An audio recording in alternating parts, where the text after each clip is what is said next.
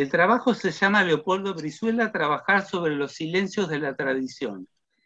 Yo lo que hice fue una lectura general de él, de la poética de él.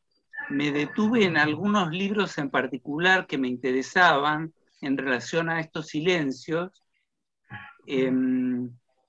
al silencio que yo percibía respecto de la poética de él en relación a la crítica académica, que veía que la crítica académica no se había ocupado de él.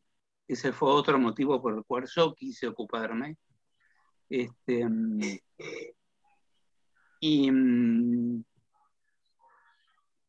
bueno, y después trabajar a partir de ciclos en la poética de él, que yo detecté, que tenían que ver con momentos y con producciones de libros y con producciones de libros que se iban interconectando los unos con los otros, ¿no?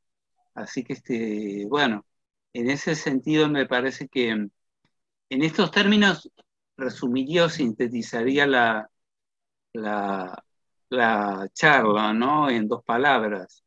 El silencio con respecto a lo que él fue tocando y el silencio respecto de la crítica con respecto a él, ¿no? La omisión respecto a él.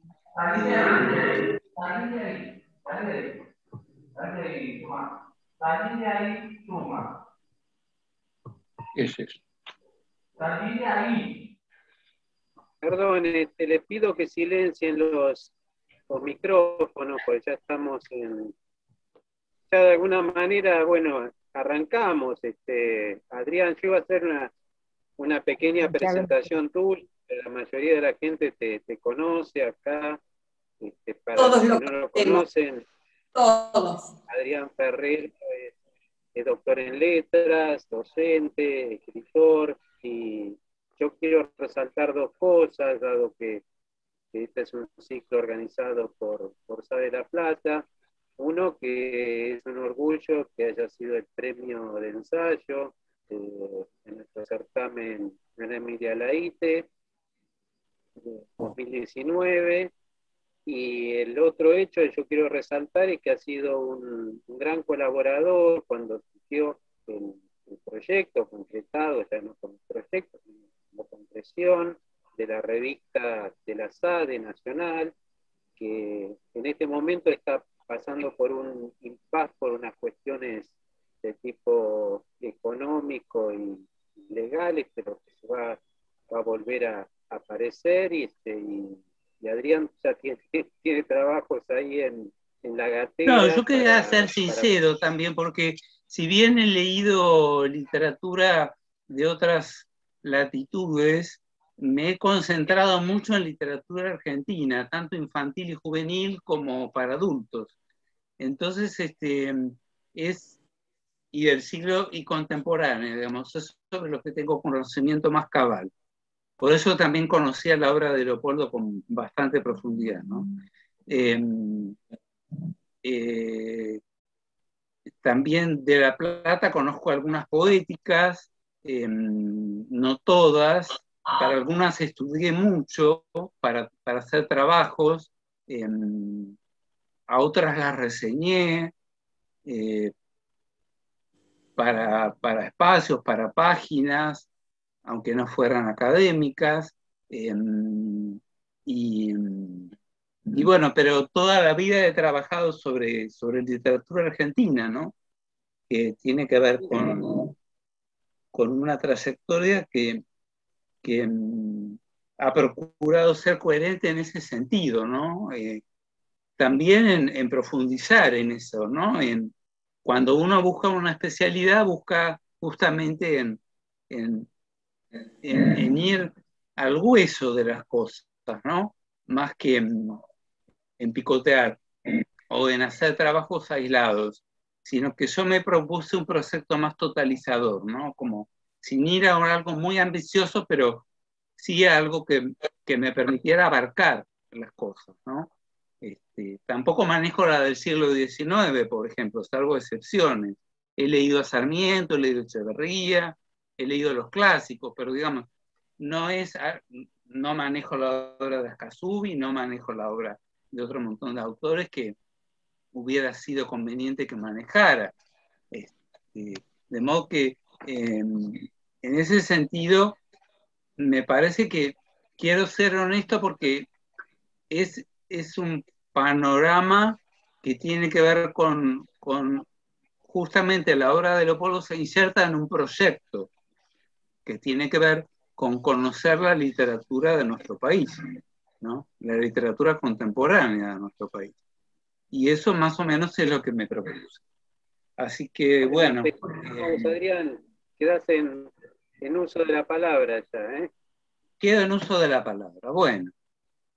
El trabajo se llama Leopoldo Brizuela, Trabajar sobre los silencios de la tradición. Quería empezar esta charla agradeciendo a las autoridades de la SADE, filial La Plata, por haberme permitido participar del presente ciclo de charlas con motivo del Día del Escritor Bonaerense. Especialmente a su director, el profesor Guillermo Pilía, quien además de desempeñarse en asuntos relativos a la gestión gremial, también es escritor, crítico y académico.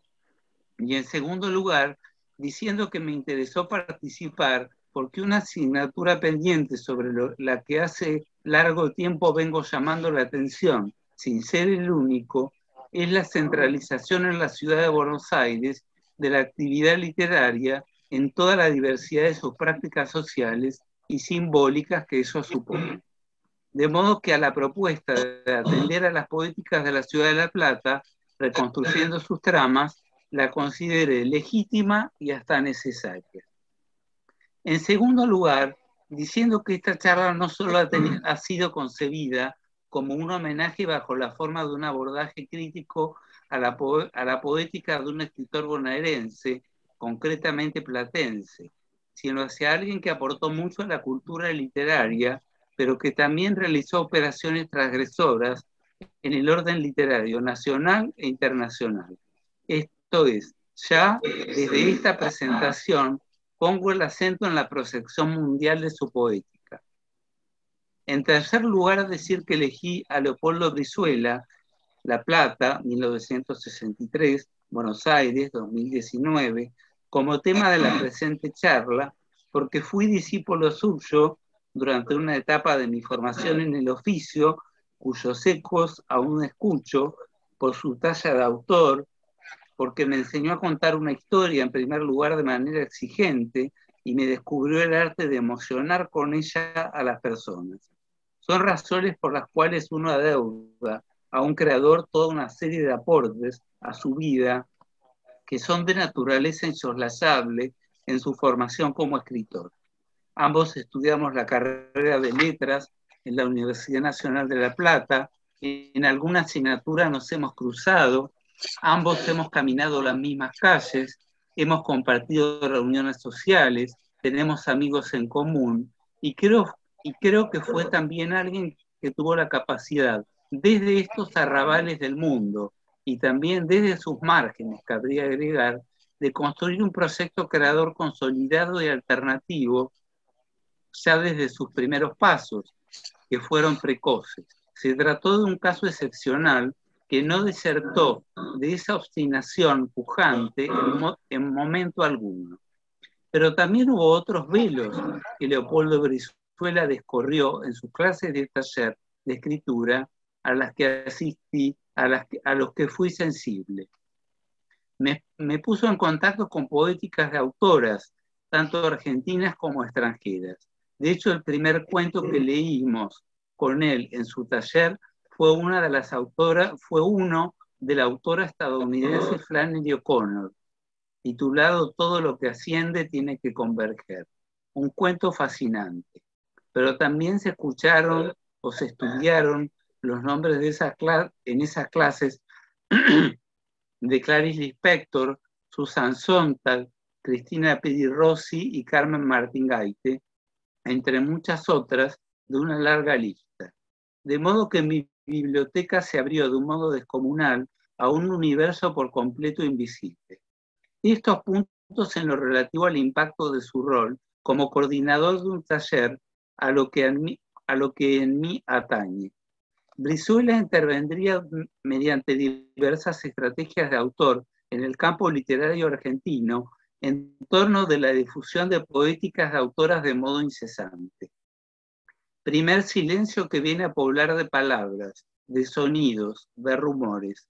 Un silencio histórico que también han señalado los estudios de género con énfasis en los estudios sobre la mujer. Esto es de naturaleza inmemorial, que viene a saldar una asignatura pendiente y a realizar un acto de justicia, además de un ajuste de cuentas con siglos de dañino patriarcado. También a dar una batalla que comprendiera para él distintos frentes, porque todos sabemos que las palabras pueden ser letales. Brizuela le restituye a la mujer una capacidad por el poder de decir que le había sido hurtada, denegada o prohibida, o quizás peor aún, como afirma la autora Griselda Gámbaro, la mujer era hablada a través del discurso literario del varón en una ventriloquía según la cual no era capaz de autodesignarse, sino era heterodesignada. En palabras de Simone de Beauvoir, era considerada una alteridad inferiorizada. Seguramente él caviló mucho en torno de este tema y su artículo El derecho de escribir sobre las mujeres da cuenta de este núcleo semántico, entre otros. En lo relativo a Argentina, rescato a Sara Gallardo, a Luisa Mercedes Levinson, de cuya hija también escritora, Luisa Valenzuela, fue íntimo amigo, a Elvira Orfé, a toda una serie de autoras internacionales que van de Carson McCullers, Eudora Welty, Alice Munro, las cuentistas del sur estadounidense, Natalia Ginsburg, Isaac Dinesen, y la lista podría seguir además de sumarse a las que mencioné al comienzo. A muchas de ellas también las tradujo. De modo que hay un contrapunto, una solidaridad que Brizuela detecta, identifica todo a lo largo y a lo ancho del mundo y por la que se inclina como lector, difusor, editor y crítico, que será un componente inherente a su poética de forma, diría yo, consustancial a ella. La historia universitaria de ambos, que fue muy distinta, por cierto, así como la de escritores, en el marco de sus talleres me permitió la detección del androcentrismo del canon universitario. En la Universidad Nacional de La Plata no se leían libros de escritoras. Esta circunstancia que para cualquiera puede pasar como meramente anecdótica o imperceptible, a mí en lo personal me hizo reflexionar a fondo gracias a estos llamados de atención de Brizuela, porque me había comenzado a interesar en algunas de estas poéticas. Había una negligencia en torno de la inclusión de poéticas de autoras e institución académica. Y me parece que Leopoldo Brizuela mantuvo relaciones tensas con la academia. Ignoro sus movimientos y desplazamientos por Buenos Aires. No es el ambiente que frecuento, el que más conozca, ni tampoco el que más me interesa por su hegemonía aplastante. Pero sí diría que hubo, creo yo, una relación de incompatibilidad entre la institucionalización de los saberes académicos y la libertad de la escritura creativa en directa relación con su sistema de lecturas, a la que él se había consagrado de modo total, tan completo y tan complejo, junto con esta ausencia de lecturas de autoras. En este sentido, creo que en un punto, pese a que él fue docente en la cátedra de guión de la licenciatura de cine en la Facultad de Bellas Artes de la Universidad Nacional de La Plata, siempre se sintió un outsider en ese espacio plagado de protocolos, gestiones, examinaciones formales, planillas, cuando a decir verdad, su anhelo más genuino, entiendo yo, era producir belleza, belleza radiante mediante las palabras, contar historias en un lenguaje elaborado, cuidadoso, pero sin alambiques. Eso fue lo que conquistó de modo superlativo. Diera la impresión, o a mí me la da al menos, de que en sus últimas novelas la narración se vuelve más exploratoria, en particular en el caso de la última. édita, porque puede haber otra que él dejó inédita. Profundiza en el orden de lo narratológico, se libera de las convenciones o en todo caso se apropia de otras. Pero en lo relativo a su trabajo, diría yo que no hay nada como la vocación satisfecha. Y también considero que la crítica académica, como a tantos otros, lo desatendió, lo postergó. Ese es otro punto sobre el que vengo insistiendo con diversos trabajos críticos, llamando la atención sobre su radical originalidad y su excelencia, sobre su diferencia. Era un escritor que por su dimensión crítica del sistema literario, por la capacidad de problematizar tradiciones, por la de gestionar la invención de otras, la de hacer circular saberes, de cruzarlos, de ponerlos en situación de combate, hubiera merecido abordajes críticos más profusos, más sistemáticos, más serios y con variedad de enfoques, no solo los relativos a entrevistas del periodismo cultural o a reseñas en diarios. No desdeño el periodismo cultural, porque en los hechos lo ejerzo, pero para entender una poética como la de Brizuela, hace falta un nivel de saberes, de extensión en la formulación de hipótesis de lectura, de desarrollo en la argumentación, una formación, una temporalidad para desplegar en la diacronía de dichos puntos de vista, una fundamentación, una corrección a fondo, una falta de premura, de las cuales el periodismo cultural, por sus propios formatos, temporalidad y abordajes, carece. Se trataba de un corpus de tal infinita riqueza que la crítica académica debió haber puesto su mirada, interrogando su poética con énfasis, haciendo hincapié en sus diversas operaciones, que fueron complejas. Esto, a mi juicio, no sucedió en la medida en que sí ocurre con autores de menor talento y de menor singularidad. Aquí el silencio esta vez recayó sobre él, como si esa falta encubriera un recelo o bien un desdén. Las razones de por qué la crítica académica atiende o no a un autor son múltiples, y no me ocuparé de eso ahora, pero lo cierto es que esto sucedió en los hechos, pese a haberse hecho merecedor de premios internacionales, reconocimientos mundiales, sus traducciones a muchas lenguas y tener una trayectoria internacional formidable. También quizás producto de esta suerte de empeño que puso en la difusión de poéticas de escritoras, introdujo una falta de matices a la hora de ser interrogado, de ser interpelado por la crítica, que en lugar de abocarse a desentrañar un corpus riquísimo, configuró de él un estereotipo. Se lo encasilló como el paradigma del escritor varón que se ocupaba de ajustar cuentas con el orden patriarcal que ha descuidado lecturas de autoras. Pero su poética se hace cargo de muchos otros temas, históricos y de contenidos en lo relativo al orden de la imaginación social. No fueron tan simplistas las cosas. Brizuela, como veremos, tuvo un arco amplio de inquietudes e intereses. Ejerció prácticas sociales diversas y finalmente todo confluyó en una totalidad coherente para dar lugar a un proyecto que cerraba, que encajaba. Entonces esta indiferencia resulta a ojos vista inconcebible. Su primera novela, Tejiendo Agua, ganó el premio Fortabat de novela 1985 y fue automáticamente publicada al año siguiente. Este es otro punto que no quisiera dejar pasar. Tenía muy pocos años. La obtención de premios de Brizuela le confería capital simbólico, autoridad, prestigio, así como le abría las puertas en el país y en el extranjero, porque de inmediato era traducido. Sus libros circulaban, era leído en Buenos Aires, lograba salir de La Plata, ese espacio asfixiante o sin demasiados matices que es. Esto también hacía que sus intervenciones fueran influyentes en el campo social y de la cultura literaria.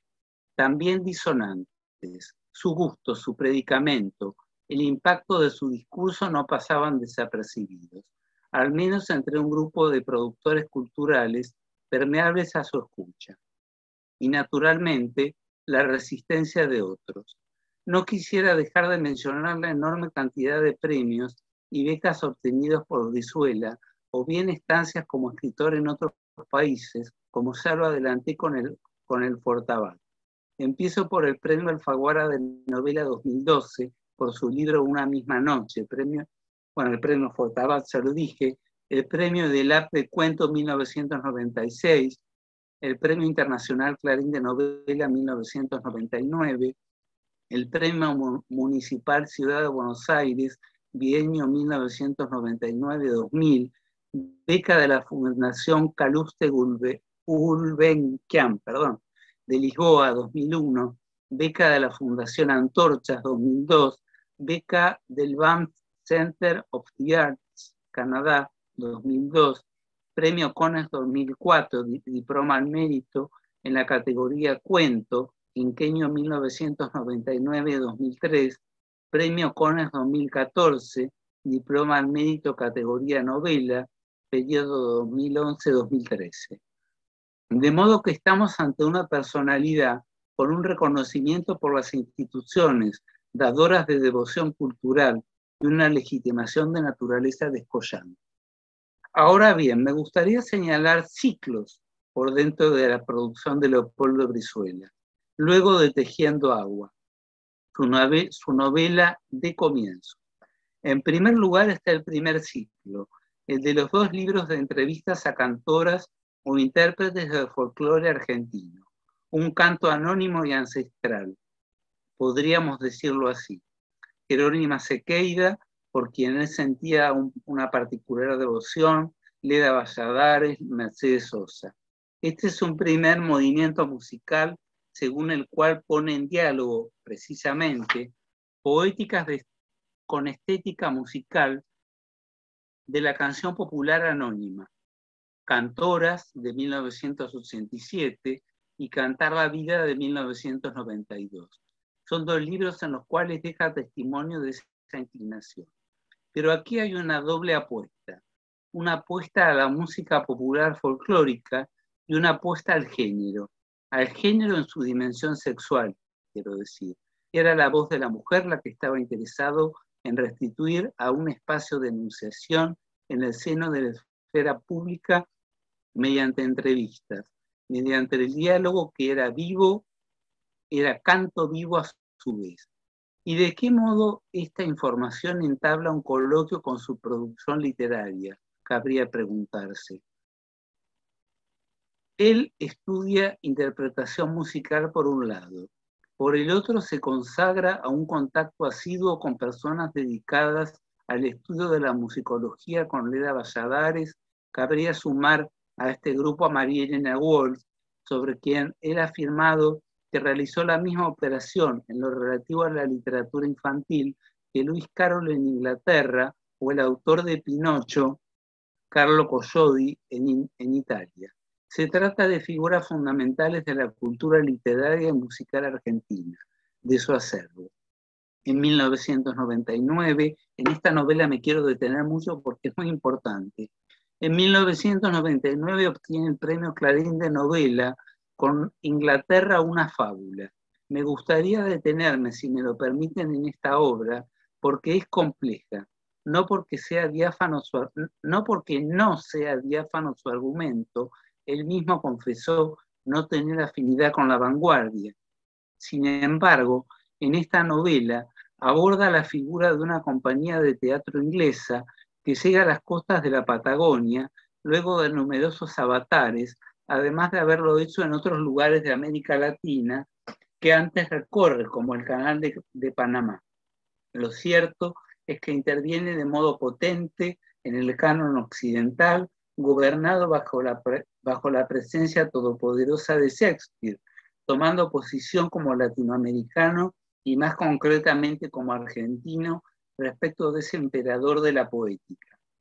Es un argentino deambulando por las calles de Londres, de modo desafiante, con una erudición sin par, mediante operaciones interesantes, como transponer un género como la dramaturgia a la prosa, más concretamente a la novela, realizando operaciones de una enorme radicalidad. otro silencio al que viene a dar la voz, porque frente a una literatura argentina que solía hablar de sí misma, de su terruño localista, Brizuela, disputando a una patria imperialista su capacidad de enunciación, impone la latinoamericana. Por otro lado, se trata de un reinado que, dicho sea de paso, había intentado apoderarse del territorio nacional en el cual él habita. De modo que la operación es doblemente corrosiva y doblemente politizada. Hay un atentado contra la hegemonía imperial, y que esa novela sea leída por los ingleses es el colmo de lo insurreccional, porque de modo especular aprecian a un artista de talla que pinta su propia cultura nacional imperialista a su medida, no a la de ellos, de un modo que puede incluso ser más certero por la distancia cultural que los separa, no tanto de la lengua inglesa cuanto de la ideología monárquica, entre otras cosas. Se da el movimiento inverso: un argentino coloniza Inglaterra simbólicamente. Por otro lado, se trata de una patria prepotente. Recordemos también el gravísimo caso de la Guerra de Malvinas, hasta que finalmente la cuestión internacional queda zanjada, burlando el poder colonial desde un barrio de Tolosa, en La Plata. Esta novela lo lanza con una proyección sin precedentes al reconocimiento no solo nacional, sino mundial. Brizuela se internacionaliza. El otro gran silencio que Leopoldo Brizuela afronta, tomando el toro por las astas, lo historia y lo precisa en el artículo El derecho de leer a las mujeres, consiste en que contaba para balbucear frente a la rareza, comillas, que se le atribuía por leer tantas mujeres, era esa literatura en la mano. Carecía de andamiaje teórico acerca de la construcción de la masculinidad, con el objeto de verbalizar mediante un discurso claro, nítido, esclarecido, qué encontraba él en las poéticas de mujeres y qué encontraba en la de varones, que tendía a repudiar por sus grandes gestos teatrales, sus hazañas machistas y exhibicionistas. Pero más que concentrarme esta vez en la literatura de mujeres, me referiré a una antología que compila en 2000, Historia de un deseo, el erotismo homosexual en 28 relatos argentinos contemporáneos. Si había habido un silencio histórico en torno de la voz de la mujer amordazada, hay en este caso otra clase de voz que también es solitaria, es solidaria entre sí y está socialmente estigmatizada, perseguida al punto de llegar al castigo de la hoguera en una etapa de la historia. Y también por exclusión de su espacio de enunciación, pero también de sus prácticas sociales. Es una identidad sexual escondida. Me refiero a un corpus que él rescata y sistematiza acerca del deseo homosexual, con varios ejemplos, en relatos no solamente escritos por autores homosexuales. Y este es el gran punto revolucionario a mi juicio. El deseo homosexual puede intervenir en ficciones de autores o autoras heterosexuales. Teorías hay al respecto, desde las de Freud a otras más recientes, respecto de la bisexualidad en todo ser humano. Pero lo cierto es que él organiza su antología con un enorme pluralismo. Leopoldo Brizuela dice: la identidad sexual no es destino para escribir. Reconoce naturalmente, en primer lugar, el valor inalienable de la ficción como espacio de libertad subjetiva. En este caso, diría yo, que es más, la defiende. Hace una apología de ella. La ficción permite jugar con los roles de género y con el deseo. En el presente libro retrocede hasta la figura de Oscar Wilde como un gran precursor y también como la figura de un gran permisivo en su vida privada respecto de las costumbres sexualmente normativas. En lo relativo a las persecuciones eligió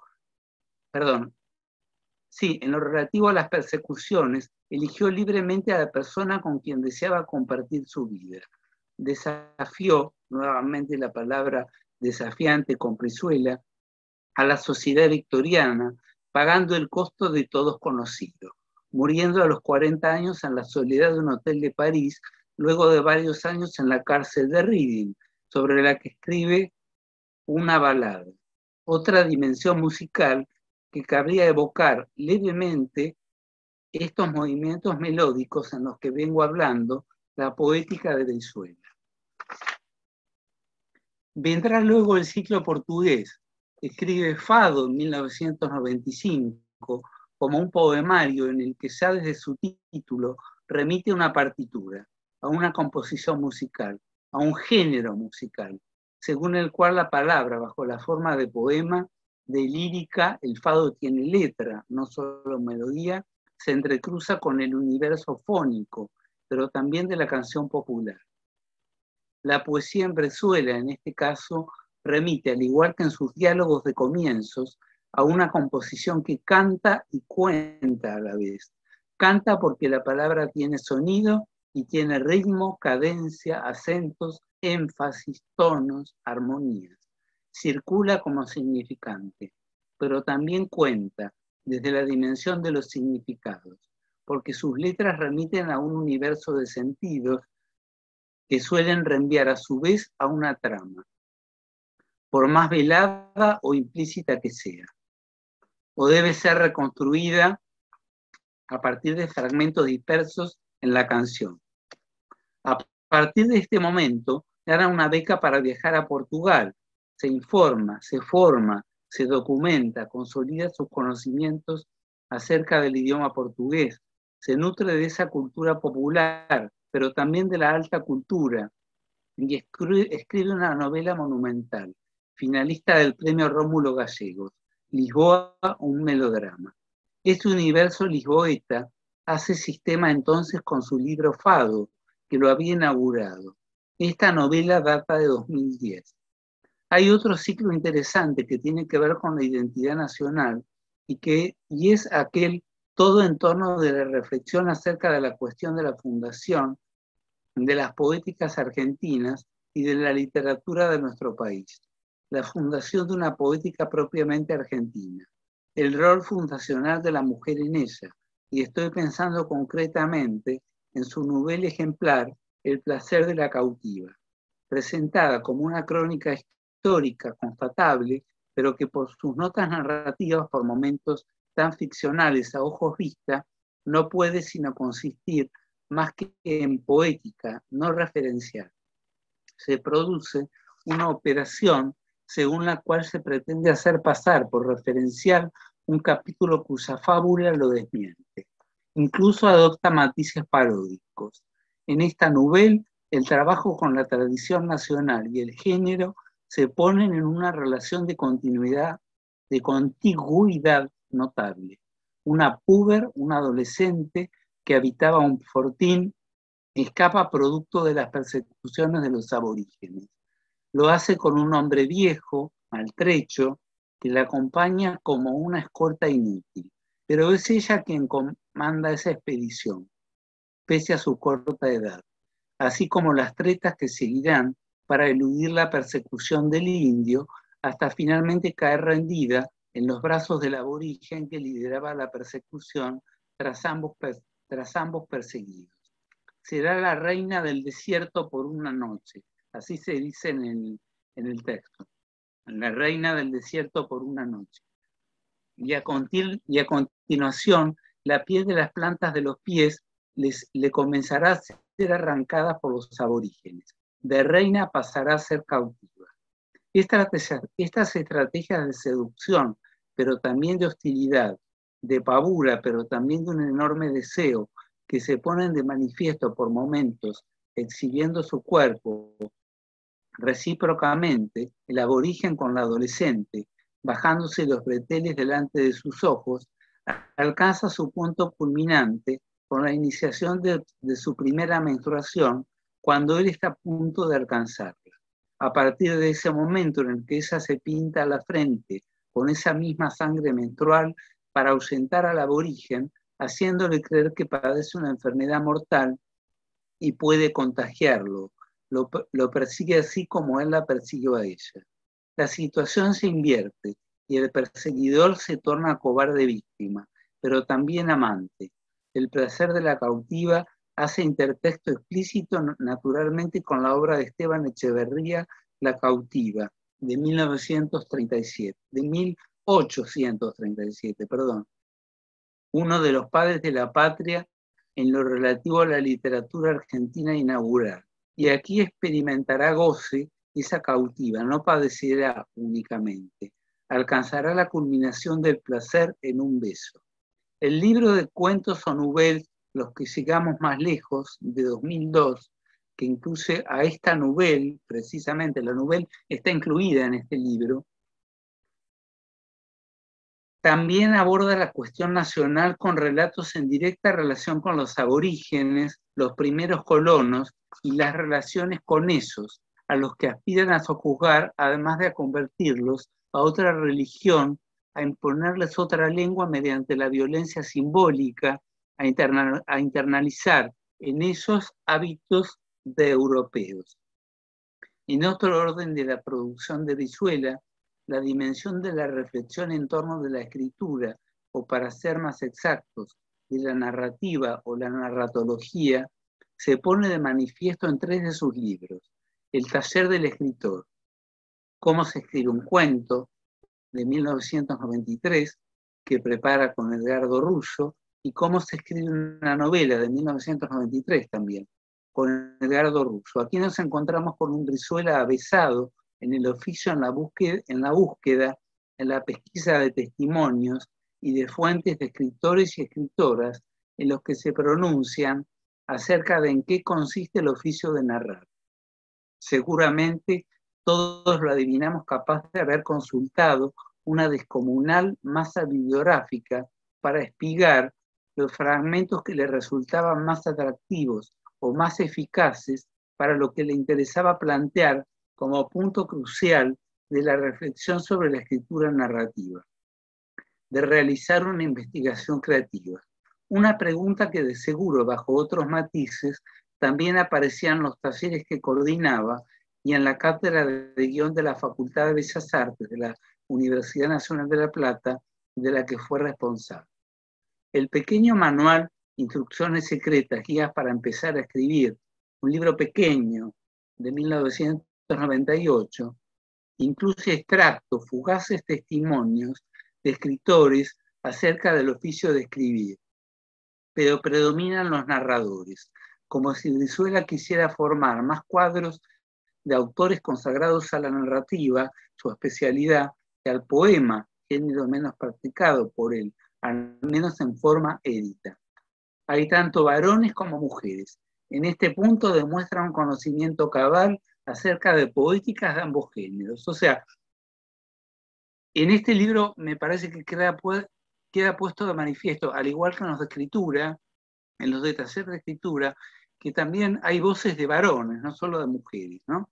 Entonces, en ese sentido, me parece que hay matices en esta idea de la poética de Brizuela, que no es solamente un autor que se dedica a mujeres, sino que también ha sido un buen lector de varones, ¿no?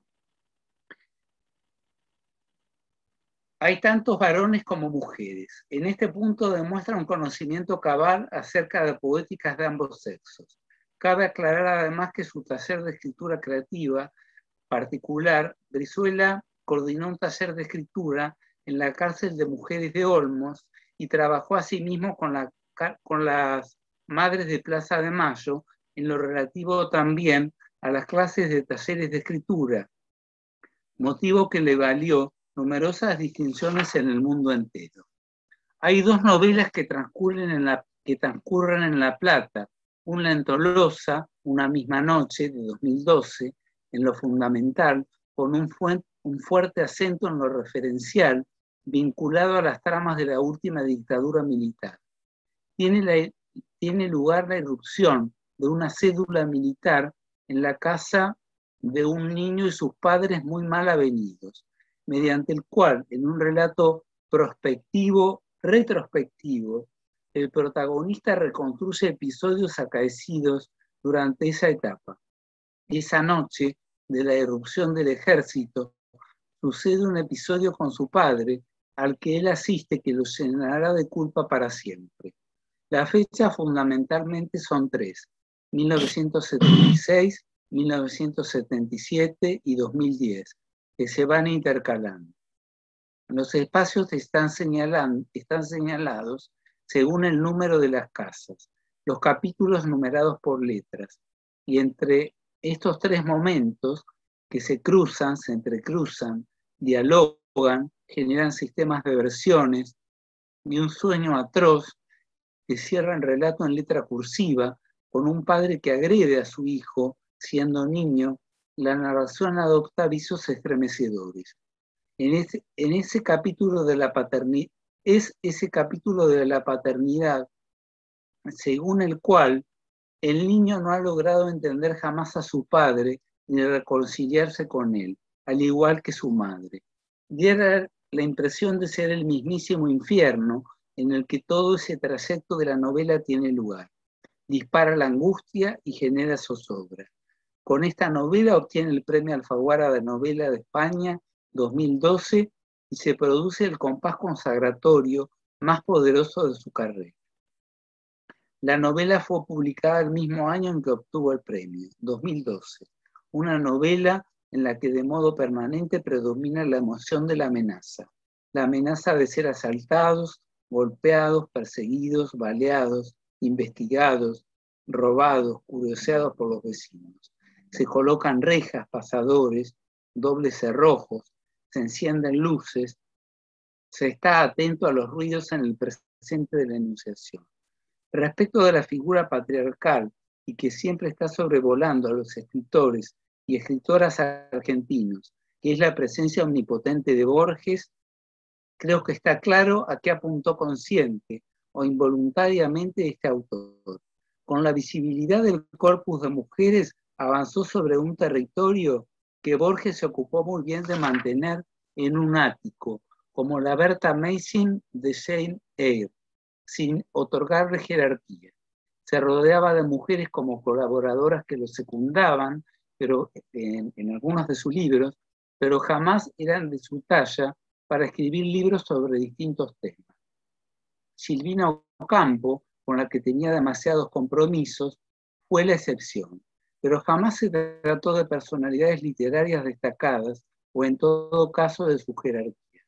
Ni en lo relativo a las poéticas homosexuales, hasta donde alcanza a registrarlo mi memoria, solo recuerdo un prólogo a la obra crítica de José Bianco, sin hacer referencia a ese dato, Manuel Mujica Lainez, sin hacer referencia a ese dato, y en lo relativo a la colección que dirigía hacia el final de su vida, en la titulada Biblioteca Personal, podríamos citar la inclusión de Oscar Wilde, momento en el que sí se refiere a su homosexualidad, en donde historia ese capítulo de la vida de Oscar Wilde.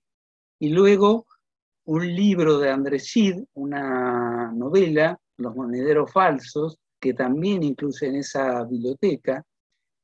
Andrés Gide también era homosexual, pero digamos que tampoco en ese prólogo él alude a esa condición.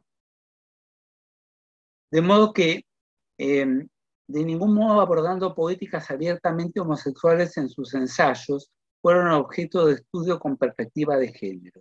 Bajo ningún punto de vista Borges fue permeable a la variable de género, ni en lo relativo a la reivindicación de las mujeres, ni en la visibilización de las poéticas de homosexuales, y menos aún de los combates por sus derechos.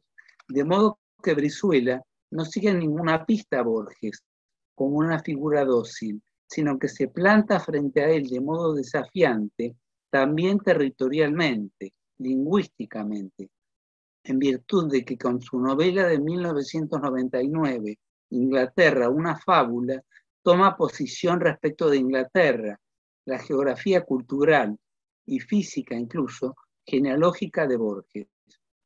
De modo que los silencios, las omisiones de Borges son las palabras que con sentido de convicción enuncia dispuesto Brizuela a contender contra esa figura monumental que pareciera haberse apoderado de las poéticas argentinas con una escasa posibilidad de revertir su poder. Escribe novelas y no cuentos prácticamente, a diferencia de Borges. Es traductor de un modo, diría yo, profesional, Brizuela, de poéticas de las que Borges poco se ocupó y poco le interesaron, porque Brizuela lo fue de varias mujeres. Si bien Borges tradujo a Virginia Woolf, tal iniciativa fue de naturaleza completamente insular. Y por otro lado, Brizuela es capaz perfectamente de moverse entre signos del mismo modo grácil en que lo hizo Borges, salvo que formulando otras objeciones a la cultura en general y a la cultura literaria.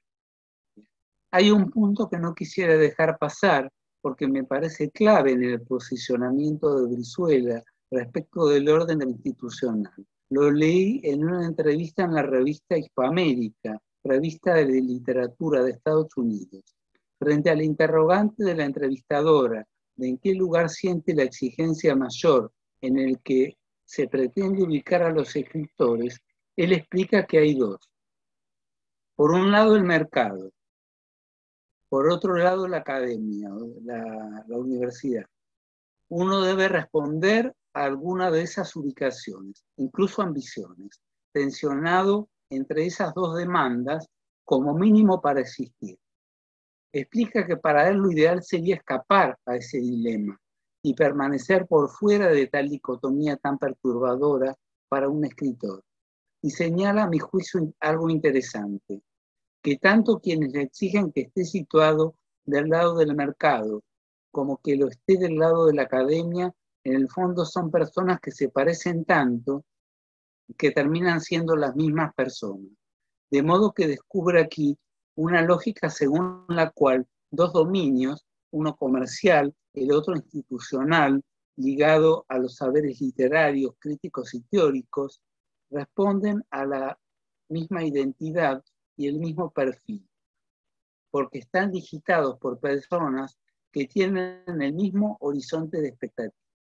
Siempre sentía a Brizuela como un autor distinto en el campo literario argentino, singular, por el modo de articular saberes, por el modo de articular las experiencias estéticas, por su sistema de lecturas, por el alto nivel de perfección de su poética, por lo selectivo de sus decisiones, que jamás se traicionaron en lo relativo a caer en las tentaciones que ofrecía el mercado, por el tipo de objetos de la cultura en los cuales fijaba su atención, por el énfasis que ponía en ciertos autores o sobre todo autoras en los que nadie reparaba y a los que él incluso llegaba a dedicarle sus libros, como el caso de la escritora argentina Sara Gallardo.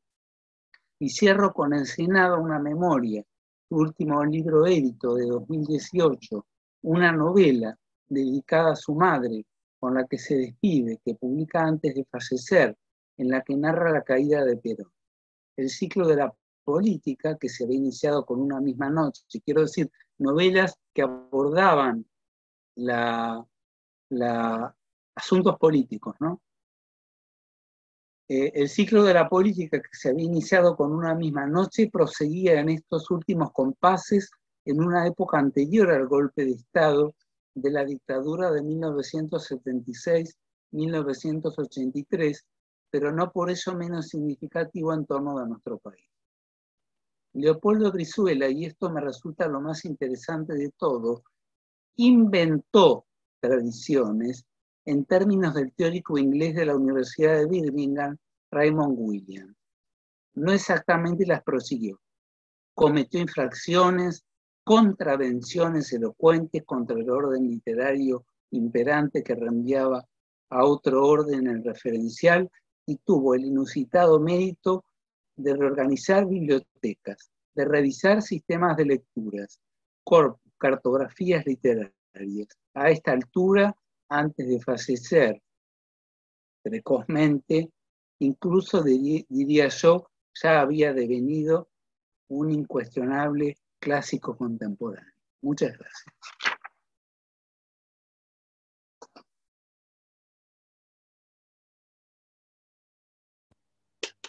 Muchas gracias, Adrián. La verdad que creo que lo que todos sentimos es hemos asistido a una charla realmente antológica, condensada, profunda, y sinceramente mientras te escuchaba pensaba que algún día podemos tener la oportunidad de tener algún medio de publicación de la Plata. Sería un texto que nos gustaría sinceramente publicar. Al menos a mí, creo que el resto de la comisión seguramente estará de acuerdo. Sí, bueno, con todo. Sinceramente quedamos muy satisfechos con tu charla. Espero que todos queden satisfechos, no solamente vos. Muchas gracias. Muchas gracias, Adrián. Nos hemos enterado de todos los libros, de todos casi los libros de Leopoldo. Tenemos ganas de leer, que eso es importante. Y léanlo, que vale la pena. Vale la pena. Adrián, como directora de la revista Jingo, te felicito y un cariño grande a tu padre, que fue mi profesor en el Instituto Superior 9. Él ya me conoce. Yo le voy a decir, muchas gracias. Muchas gracias. Claro, nos vimos cuando usted estuvo en el pasaje de Arrocha. Claro. Hace 2 años. Claro, claro. Una noche muy fría. Ay, sí. Una noche muy fría, sí. Bueno, Adrián, sinceramente nosotros tenemos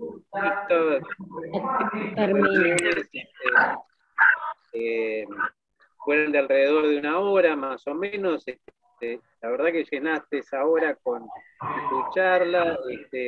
Nosotros simplemente querríamos terminar porque también, si bien vos hiciste un acercamiento muy grande a la parte humana del fondo, querríamos terminar esta reunión de la forma que hemos hecho también, Lucas, y lo haremos mañana también, con un poco de imagen de Leopoldo Brizuela, y sobre todo porque seleccionamos un pequeño reportaje de unos minutos. Le pedía que cierren los micrófonos, por favor. Sí, porque no se escucha. Se escucha muy mal. Se escucha muy mal. Sí, porque hay micrófonos abiertos. Sí, se escucha muy mal.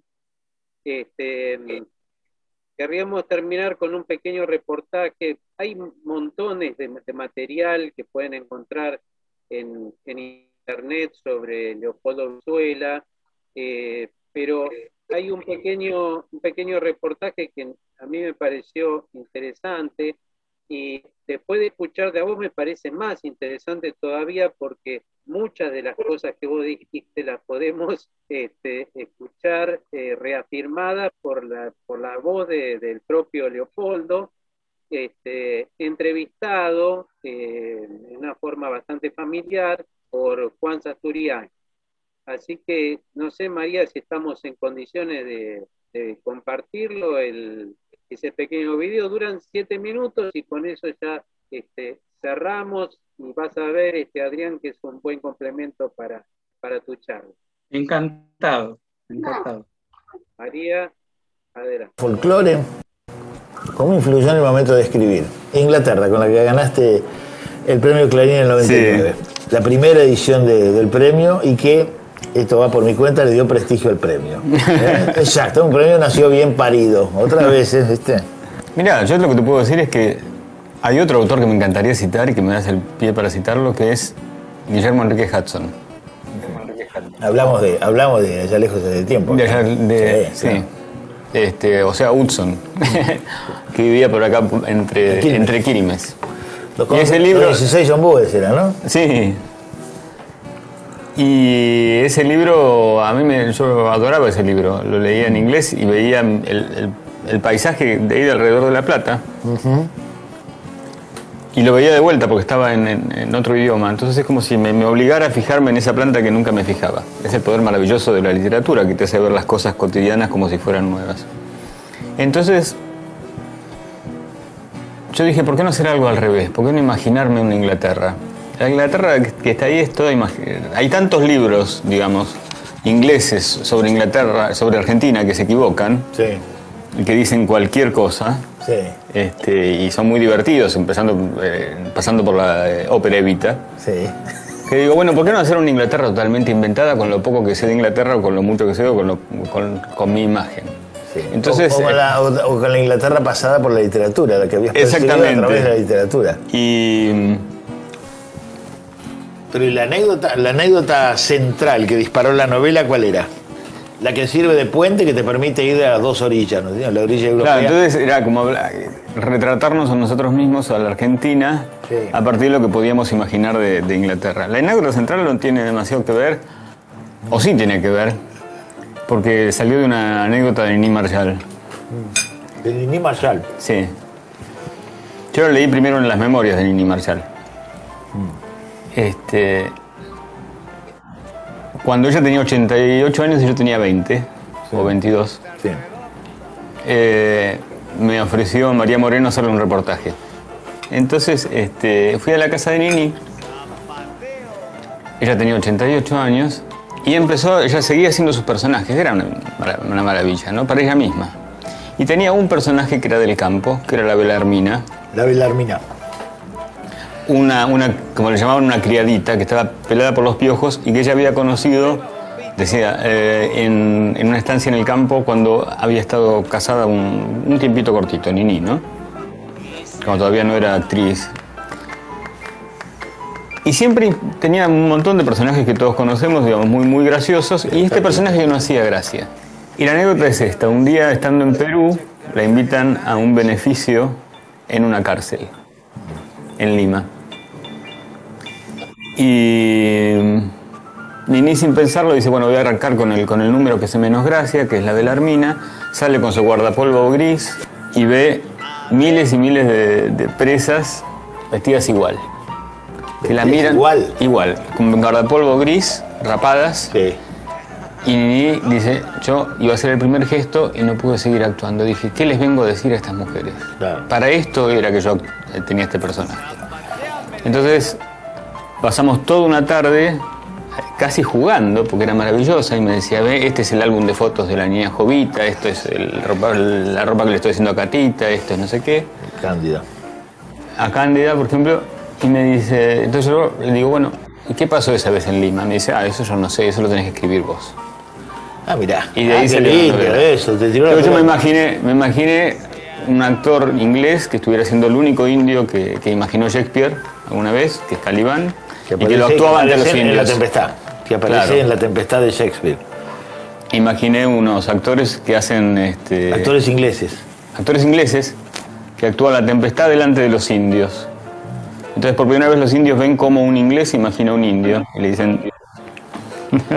Bueno, y en los que llegamos más lejos, que son cuentos. Acá está incluido uno que yo había leído solo, que es El placer de la cautiva. Sí. Y de este quería hablar con vos. Pero claro, después me lo encontré acá adentro. Sí, porque es una serie. Claro, porque este es un libro muy armadito. Sí. Eso me hace acordar a una estructura como, qué sé yo, la de Misteriosa Buenos Aires de... Ah, mirá qué lindo ese. De Mujica. Qué linda que esa comparación. Y claro, porque es atravesar toda la historia de la ciudad, en el caso de Mujica Laina, atravesar toda la historia desde el hambre hasta toda la historia de la ciudad de Buenos Aires. Qué lindo eso que decís. Bueno, porque es la idea de inventar mitos. Y acá es inventar mitos. Manucho Mujica Laina decía que eso había sido... ¿Te decía? No, a mí no. Decía. Decía, no. Decía que él había intentado darle a Buenos Aires una mitología, porque era muy nueva. Y lo que no hemos dicho del campo es que el campo se llamó mucho tiempo el desierto. Ah, bueno, pero eso empieza con la cautiva, que es lo que te iba a preguntar ahora. Claro. ¿Quién inaugura la categoría del desierto? Poéticamente, Echeverría. Echeverría con la cautiva. Era la tarde y la hora en que el sol la crestadora de los Andes, el desierto inconmensurable abierto, primera décima, preciosa décima. Y Y bueno, desde ahí hay toda una visión. ¿Qué es el desierto? Estaba lleno de gente el desierto. Exactamente. El desierto estaba lleno de gente. Como lo fue a descubrir nuestro quizás mejor escritor argentino, según algunos, y para mí debe estar entre los mejores, la excursión a los indios ranqueles, ¿no? Sí, don Lucio B, sí. Entonces la idea mía era también dotar de otra mitología, o sacar otra mitología, muy modestamente, ¿no? Pero o rescatar esa otra mitología que hay detrás del campo.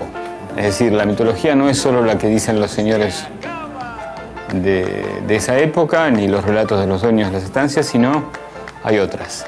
Escuchame una cosa. Sí. Me convenciste. Yo tengo que salir de este. Sí, bueno, ya fue, vamos hoy. ¿A vos te parece que qué hago? Totalmente. ¿Sí? Vamos juntos. ¿Sí? ¿A dónde? San Miguel del Monte es un buen lugar, ¿no? El campo. Campo raso. Gracias, Leo. De nada.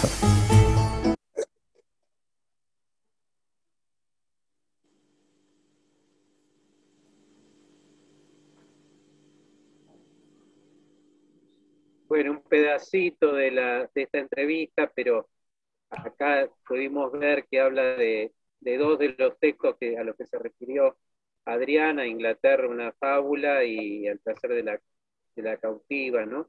Y a mí lo que me gustaría decir, que esto no lo dije porque es imposible abarcarlo todo, y es que en Leopoldo lo que se ve en todos sus libros es una enorme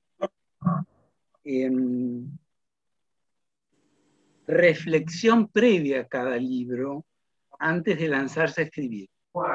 Es decir, no es que escribe espontáneamente, sino que él primero piensa mucho lo que va a escribir, piensa los alcances sobre lo que va a escribir, piensa cómo lo va a escribir, por qué lo va a escribir, cuáles van a ser las repercusiones. O sea, tiene una mirada sobre la ficción que no tiene que ver con el espontaneísmo que tienen muchos escritores o que se dejan guiar meramente por el estallido creativo, sino que acá hay un trabajo de, ¿cómo te diría?, de metaficción, en el cual él reflexiona mucho previamente sobre lo que va a escribir. Esto me parece que es clave en todo lo que él hace, como si él tuviera un andamiaje en torno de su producción, en el cual cada libro ha sido profundamente pensado, meditado en su alcance, en su factura, en el género que va a elegir. O sea, él no hace nada porque sí. Él, de algún modo, ni de cualquier manera, él piensa mucho lo que va a hacer. Esto me gustaría también marcarlo como que no lo dije en el trabajo, él lo dice, o sea, salta a la vista en esta entrevista, por la entrevista, por lo que le dice Sasturain, pero es evidente que hay un trabajo de mucha deliberación, ¿no?, antes de cada obra, de la génesis de la escritura. Y quería agregar algo que nada que ver quizás con lo literario, o sí, que Leopoldo era una persona tan humana, tan sencilla, humilde, en el trato con los demás, respetuoso. Lo he conocido desde chico, y Pelusa, si pudiera hablar, no sé, debe estar emocionada, pero realmente era un tipazo, una persona que no estaba subido en los laureles de sus logros, sino siempre seguía siendo ese muchacho humilde y conocedor y respetuoso de todos los del entorno, ¿no? Lo destaco porque tuve la suerte de conocerlo. Me consta que era así. No sé si Pelusa quiere hablar. Y a mí me interesaría mucho que hablara la prima de Leopoldo. Adrián no te conocía, tuve la suerte ahora de conocerte, y cada página que pasabas o cada cosa que hacías me iba en cosas de Leopoldo. Yo fui, aparte de su prima, una relación muy, muy cercana, muy, muy casi cotidiana. Una de las tías que más quiso, su mamá, que murió un poquito antes que también falleciera. Y la verdad que quiero agradecerte todo lo que viste en Leopoldo a través de lo que fuiste diciendo. Yo puedo decir, no soy una lectora de tanta cosa, pero Leopoldo a mí me ha abierto un panorama literario terrible.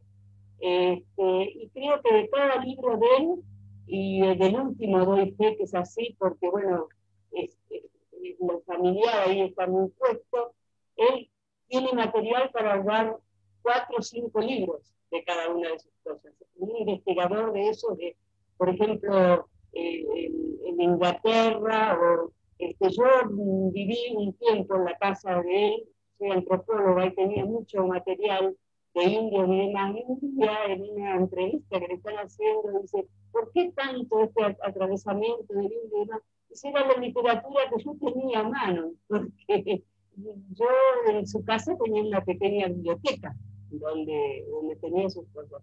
Yo quiero agradecerte realmente, Adrián, porque ha sido al meollo de Leopoldo muchas, muchas cosas que yo lo conozco así interiormente.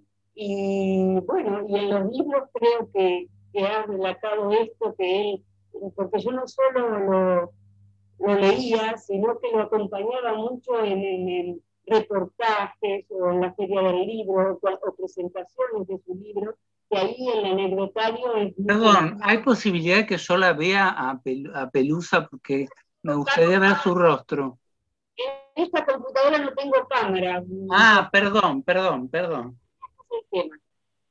No, estoy en una computadora de pie donde no conseguí camarita para este Windows que tengo. Sí. Pero bueno, en cualquier momento, si querés, bueno, estamos en pandemia y demás, pero me encantaría, y le voy a pasear a Ariel, que me pidió que no iba a poder estar ahora acá, que a su pareja le voy a decir que se comunique con vos o demás. Este material es muy, muy rico lo que vos has hecho, y en esta hora y media has concentrado tanto de Leopoldo, tanto. Y yo no hay entrevista que no, esta anécdota de Mimí, que fue lo que le disparó, esto que Mimí le dijo así, él sabía de todo y mucho de, como vos decís, bueno, de las mujeres y demás. Uno se debe acordar que acá en el Senado también hubo una charla sobre Mimí, y parecía, un día la hija de Mimí le dijo, casi que me superás en lo que sabés de mi mamá.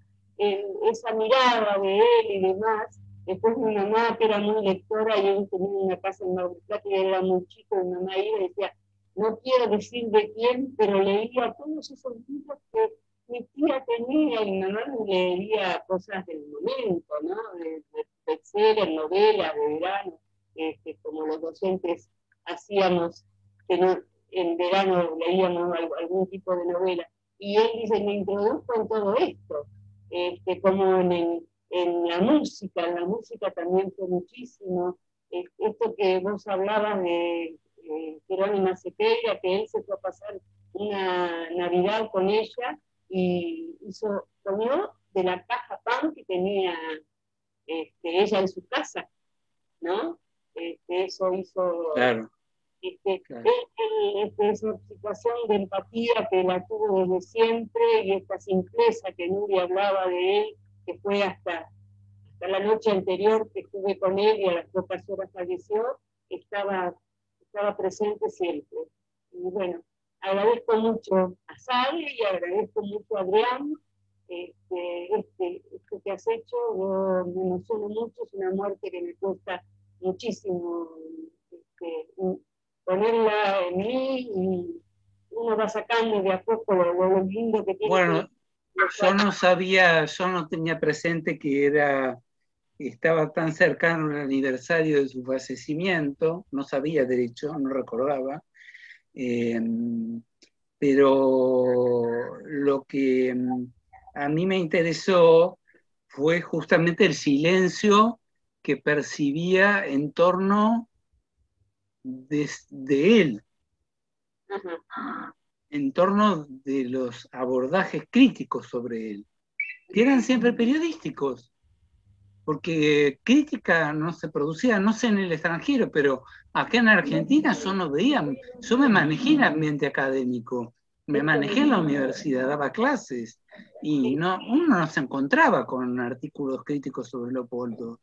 Por eso siempre me interesó producir críticas sobre Leopoldo, porque lo considero un escritor de tal valor y de tal talla que me llamaba poderosamente la atención que a otros que eran de mucho menor talento se les diera tanta importancia y tanta relevancia, y a alguien con sus conocimientos, con su experiencia, con su producción literaria, eh, con toda la trayectoria en torno de los derechos humanos, bueno, en fin, no voy a resumir ahora todo lo que ya dije y todo lo que se conoce, pero, digamos, esta idea del vacío con él, a mí siempre me pareció muy injusta, y siendo alumno de él, siendo discípulo de él, habiendo tenido amigos en común, me consideré un poco en la obligación de hacerlo, digamos, ¿no? También me interesaba hablar de la obra de él porque la considero muy valiosa, me interesaba hacer un trabajo sobre la obra de él más en profundidad, que esta oportunidad me lo permitía, pero fundamentalmente este silencio a mí me resultó terriblemente injusto. Bueno, se ha roto ya este silencio con tu magnífica charla, Adrián, que ahora va a quedar subida además a YouTube para todos los que no han podido estar con nosotros, y ahí la podemos volver a escuchar, la podemos compartir. Bueno, nos hemos pasado casi media hora de nuestro plan, pero la verdad que Leopoldo se lo merece. Claro. Con creces. Yo simplemente lo despido en nombre de la SADE, y mañana cerramos el ciclo con mi charlita sobre el más fuerte. Y después nos reencontraremos, ya estamos pensando en otro ciclo para la segunda mitad del año, con otros 4 autores.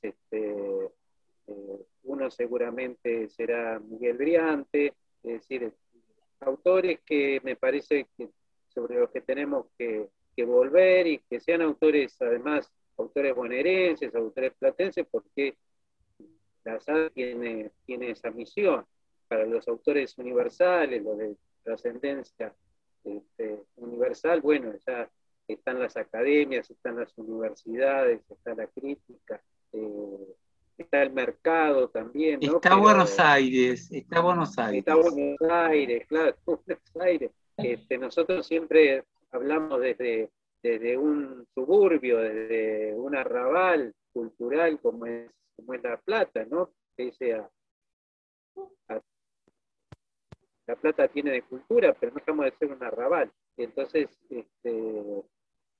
bueno, esa es nuestra impronta, un poco arrabalera en el buen sentido de la palabra.